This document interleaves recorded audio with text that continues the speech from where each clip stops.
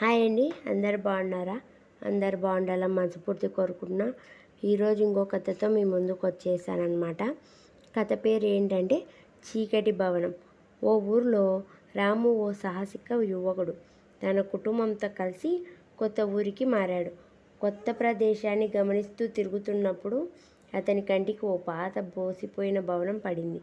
అది చాలా పెద్దది, కానీ చాలా కాలంగా ఎవరక్కడ నివసించట్లేదనిపించింది. ఊరివారు ఆ భవనాన్ని దగ్గరికి వెళ్ళొద్దని హెచ్చరించారు. ఆ భవనంలో ఎవరో ఉన్నట్టు రాత్రిళ్ళు శబ్దాలు వస్తాయి. కొందరు వెళ్ళి తిరిగి రాలేదు అని ఒక వృద్ధుడు చెప్పాడు.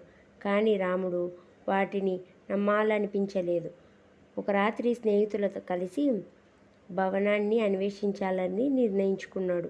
చేతిలో టార్చ్ లైట్ పట్టుకొని నెమ్మదిగా లోపలికి అడుగు పెట్టాడు.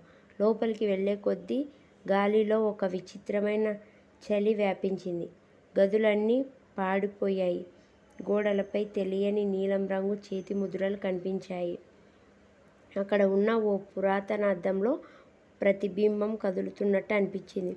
ఒక్కసారిగా వెనుక నుంచి ఎవరో నెమ్మదిగా గాలి ముట్టించినట్టు అనిపించింది.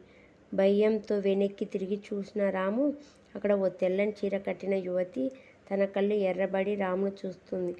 ఆమె చిరునవ్వు భయానకరంగా మారి ఒక్కసారిగా అరుస్తూ ముందుకు దూకింది. రాము హడిలిపోయి వెనక్కి పరిగెత్తాడు. తలుపు దగ్గరికి రాగానే అది ఒక్కసారిగా మూసుకుపోయింది. రాము గట్టిగా అరుస్తూ తలుపును తెరవడానికి ప్రయత్నించాడు. ఆ సమయంలో అతని స్నేహితులు బయట నుంచి తలుపును కొట్టడంతో అది తెరుచుకుంది. రాము బయటకు పరిగెత్తాడు. అందరికీ అతనికి ఏమైందని అడిగినా అతను ఏం చెప్పలేకపోయాడు. ఆ రోజు తర్వాత రాము ఆ భవనాన్ని ఎప్పటికీ దగ్గరికి వెళ్ళలేదు. ఊరివారు చెప్తున్న కథలు అబద్ధమేమే కానీ అర్థమైంది నిజమే అని. ఆ చీకటి భవనం ఇప్పటికీ ఒక భయానక రహస్యంగా ఉంది. ఓకే అండి, కథ నచ్చినట్టయితే లైక్ చేయండి, షేర్ చేయండి, సబ్స్క్రైబ్ కూడా చూసుకోండి.